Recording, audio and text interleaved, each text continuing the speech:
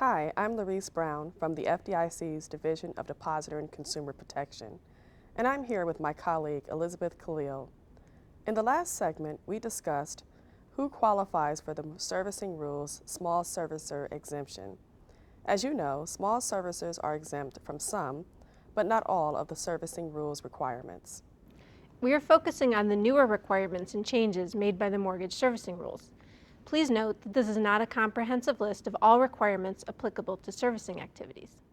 So let's take a look at the requirements with which small servicers must comply.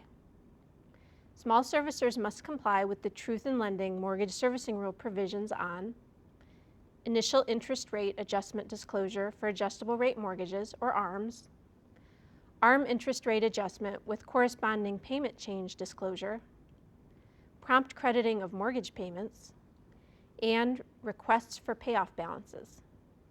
Small servicers must also comply with RESPA mortgage servicing rule provisions on force-placed insurance and escrow, error resolution procedures, information requests, the loss mitigation 120-day pause requirement, and transfer of servicing disclosures.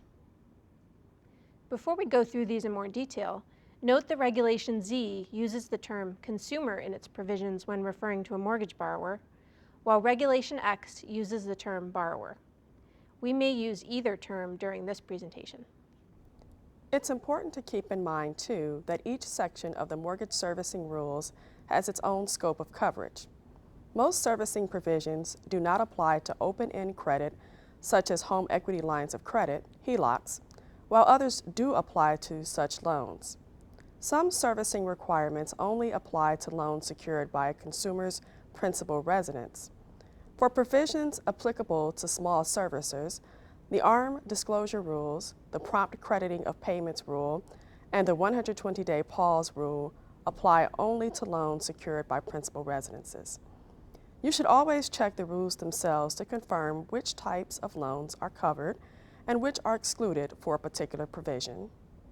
Now let's look at each of the small servicer applicable rules one at a time, starting with the ARM interest rate adjustment notices. These disclosures are meant to help ensure that consumers have sufficient time to explore available options, such as refinancing, to avoid payment shock before their home mortgage interest rates reset. ARM notice disclosures generally apply to closed-end transactions secured by a consumer's principal residence, but not to open-end credit, and exclude ARMs with a term of 1 year or less. Two types of notices are required. First, servicers must provide the consumer with an initial interest rate adjustment notice the first time the interest rate on the ARM adjusts. The notice must state the actual or estimated new rate and payment and must be provided within certain timeframes. There are model forms in the rules that can be used. Servicers must also provide consumers with advance notice of certain interest rate adjustments during the term of the loan. Interest rate adjustment notices are required each time an interest rate adjustment results in a payment change and must be provided between 60 and 120 days before the first payment at the new rate is due. This is different from the prior rule, which required an annual notice of the rate change even if there was no payment change. This notice is not required in limited situations, including ARMs with terms of less than 1 year, adjustments within 210 days of closing, or where the servicer is a debt collector and the consumer has sent a cease communication notice. See the rule for details on these special cases. The mortgage servicing rules also require prompt crediting of payments received from consumers and address partial payments. Specifically, the servicer must promptly credit a payment on the day it is received. If a payment received is for less than the amount due, the servicer may return the partial payment to the consumer, or the servicer may choose to keep that partial payment, but the partial payment must be placed in a suspense or unapplied funds account. And when there's enough in the suspense or unapplied funds account to make a full monthly payment, the servicer must credit it to the borrower's account. Servicers must provide an accurate statement of the payoff balance to the borrower no later than 7 business days after receipt of the consumer's written request for the payoff balance. Servicers may also respond to oral requests. However, servicers do not have to comply if 1. A loan is in bankruptcy or in foreclosure, or 2.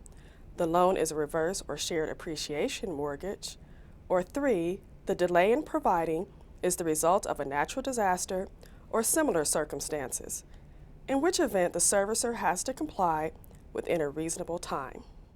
Small servicers are also subject to the rules provisions on force-placed hazard insurance. These rules are intended to protect borrowers from improper practices, such as charging for unwarranted force-placed insurance. Keep in mind that the provisions on force-placed insurance apply to hazard insurance required by the loan documents, and not to federally required flood insurance. Force placement of federally required flood insurance is covered by a different legal framework, so will not be discussed today. Under the servicing rules, before a servicer can assess a charge on the borrower for force-placed hazard insurance, the servicer must meet a number of requirements as outlined in the rules, including the following. The servicer must have a reasonable basis to believe that the borrower has failed to maintain required hazard insurance. The servicer must also send 2 notices to the borrower before force placing. The notice must have the content and format specified in the rule, where model and sample forms can be found. If the borrower responds with evidence that hazard insurance is in place, the servicer may not force place insurance. The servicer must also cancel force-placed insurance within 15 days after receiving evidence that the borrower has hazard insurance in place, and refund any fees or charges for periods of overlapping coverage. The servicer may only assess fees that are bona fide and reasonable for the force-placed insurance. A bona fide and reasonable charge is a charge for a service you actually perform that bears a reasonable relationship to your cost to provide the service, and is not otherwise prohibited by applicable law. Servicers are restricted in certain circumstances from purchasing force-placed insurance if a borrower whose mortgage payment is more than 30 days overdue has an escrow account for the payment of hazard insurance. Servicers instead may advance escrow funds to pay the overdue borrower's hazard insurance premiums. However, small servicers may purchase force-placed insurance and assess the cost of that insurance to the overdue borrower, if the cost to the borrower of the force-placed insurance is less expensive than the amount the small servicer would need to disburse from the borrower's escrow account to ensure that the borrower's hazard insurance premium charges were paid in a timely manner. Next, let's look at the servicing rules provisions on error resolution and information requests. These provisions create a new framework for communications between borrowers and servicers regarding notices of error and requests for information. The new framework expands servicer obligations beyond the previous requirements relating to qualified written requests, or QWRs. Dodd-Frank shortened the time periods for servicers to acknowledge and respond to such requests, and prohibited charging fees for responding. It also required servicers to correct certain types of errors and to respond to requests for information about the owner or assignee of a loan without reference to a QWR. Under the error resolution requirements, servicers must acknowledge error resolution and information request within 5 days, and investigate the error and either 1, provide written notification to the borrower that no error occurred within 30 to 45 days, or 2, correct the error and provide the borrower with written notification of correction of the error within 30 to 45 days. In the case of information requests, the servicer must within 30 days either provide the borrower with the requested information or deliver a written notification explaining why the information is not available. Note that other specific time frames apply to fulfilling these obligations. You should check the rule itself for details. The mortgage servicing rules also contain a number of provisions related to loss mitigation that are meant to increase the likelihood that borrowers with financial difficulties can reach a mutually beneficial agreement with the servicer so that they can remain in their homes. Congress put these provisions in place specifically to respond to pervasive problems with servicers' performance during the financial crisis, involving issues such as lost documents, non-responsive servicing personnel, and repeated failures to follow guidelines. Small servicers are exempt from most of the loss mitigation provisions of the servicing rules. The only one that applies to small servicers is the 120-day pause requirement limiting dual tracking, which refers to a servicer's ability to conduct foreclosure during loss mitigation. Under the loss mitigation 120-day pause rule, a servicer may not begin the foreclosure process until the borrower is more than 120 days delinquent. This means a servicer cannot make the first notice or filing required for a foreclosure process, judicial or non-judicial, unless the borrower is more than 120 days delinquent. It also means a servicer cannot proceed to foreclosure judgment or order of sale, or conduct a foreclosure sale, if the borrower is performing in accordance with the terms of a loss mitigation agreement. There are only two exceptions to this rule. If 1, the foreclosure is based on a borrower's violation of a due on sale clause, or 2, the servicer is joining the foreclosure action of a subordinate lien holder. This pause requirement is intended to protect consumers from substantial potential harm and is consistent with the National Mortgage Settlement, which prohibits servicers from commencing foreclosure for a specified period of time in order to give borrowers a reasonable opportunity to apply for a loss mitigation option. Again, most of the servicing rules' loss mitigation provisions do not apply to small servicers. Also keep in mind that the loss mitigation provisions do not impose a duty on a servicer to offer loss mitigation options at all. Loss mitigation options are available to a borrower only if offered by the owner or assignee of the borrower's mortgage loan. In addition, the mortgage servicing rules also modify notice requirements regarding a transfer of servicing. Under previous RESPA rules, notice to the borrower was required when a transfer of servicing occurred for first lien loans. Notice is still required in that case, but now the notice is also required for subordinate lien loans as well. Moreover, there is now a new Notice of Servicing Transfer model form. The Notice of Servicing Transfer must be provided to the borrower by both the former transferor servicer and the new transferee servicer within the timeframes specified in the rule, which remain the same as under the old version of the rule.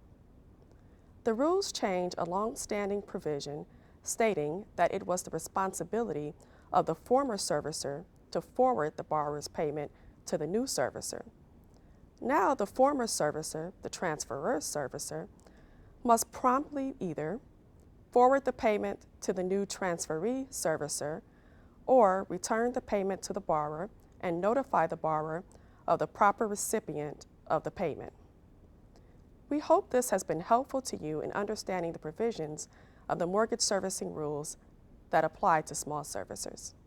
Let's now touch briefly on the provisions that do not apply to those that qualify as small servicers. The additional servicing rule provisions that apply to large servicers include those regarding periodic statements, force-placed insurance, general servicing written policies, procedures, and requirements, loss mitigation, which includes early intervention with overdue borrowers, continuity of contact, and loss mitigation generally, and modification agreements. For any residential mortgage loan, large servicers are required to transmit to the borrower for each billing cycle a statement setting forth in a conspicuous and prominent manner key loan terms, contact information for servicers and home ownership counselors, and other information. This requirement only applies to closed-end consumer credit transaction secured by a dwelling. The periodic statement requirement does not apply to reverse mortgages, timeshares, fixed-rate loans with coupon books, or borrowers in bankruptcy. Servicers must also comply with the rules requirements prior to forced placing insurance. These requirements are intended to protect borrowers from improper forced placing practices, such as unwarranted forced placement of insurance and excessive insurance premiums. A primary focus of the forced placing insurance rules is how to handle insurance premium payments if a borrower has an escrow account. Under the general rule, if a borrower has an escrow account for the payment of hazard insurance, a servicer may not purchase forced placed insurance with respect to a borrower unless the borrower is 30 days overdue and the servicer is unable to disperse funds from the borrower's escrow account to ensure that the borrower's hazard insurance premium charges are paid in a timely manner. When the rule says the servicer is unable to disperse funds from the borrower's escrow account, this means that the servicer reasonably believes either that A, the borrower's property is vacant, or B, the borrower's hazard insurance was canceled or not renewed for reasons other than non-payment. In other words, a servicer is not considered unable to disperse funds from the borrower's escrow account simply because the escrow account does not have sufficient funds to pay hazard insurance premiums. However, a servicer may advance premiums from the overdue borrower's escrow account to ensure that the borrower's hazard insurance premiums are paid in a timely manner and seek repayment from the borrower for the funds advanced, unless otherwise prohibited by applicable law. As mentioned earlier, this restriction from purchasing force-placed insurance and charging the cost to the borrower exempts small servicers, so long as the force-placed insurance is less expensive to the overdue borrower than the amount of the escrow disbursement needed to ensure timely payment of the borrower's hazard insurance premiums. The mortgage servicing rules have specific requirements regarding policies and procedures for large servicers. The rules require a servicer that is not a small servicer to maintain policies and procedures that are reasonably designed to achieve the following objectives. 1. Accessing and providing timely and accurate information. 2. Properly evaluating loss mitigation applications. 3. Facilitating oversight of and compliance by service providers. 4. Facilitating transfer of information during servicing transfers.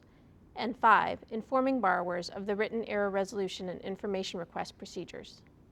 The rules require that policies and procedures be designed to ensure that the servicer can meet a number of specified requirements covered by each of these 5 objectives. The mortgage servicing rules also contain a number of provisions related to loss mitigation that apply only to large servicers. As we indicated earlier, Congress put these loss mitigation provisions in the Dodd-Frank Act in response to persistent problems with these servicers' performance during the financial crisis. And, as we also said, the only loss mitigation provision that also applies to small servicers is the 120-day pause or dual tracking rule described earlier. The mortgage servicing rules now require large servicers to contact borrowers within specified timeframes after they are overdue, to maintain continuity of contact with overdue borrowers, and to take procedural steps to help borrowers retain their homes through loan modifications or other loss mitigation options if possible. This concludes our overview of the provisions applicable to small servicers under the mortgage servicing rules and a brief review of the rules applicable to large servicers. In the next segment, segment 4, we'll discuss some of the specific challenges and questions about the rules that we've been hearing from our supervised banks.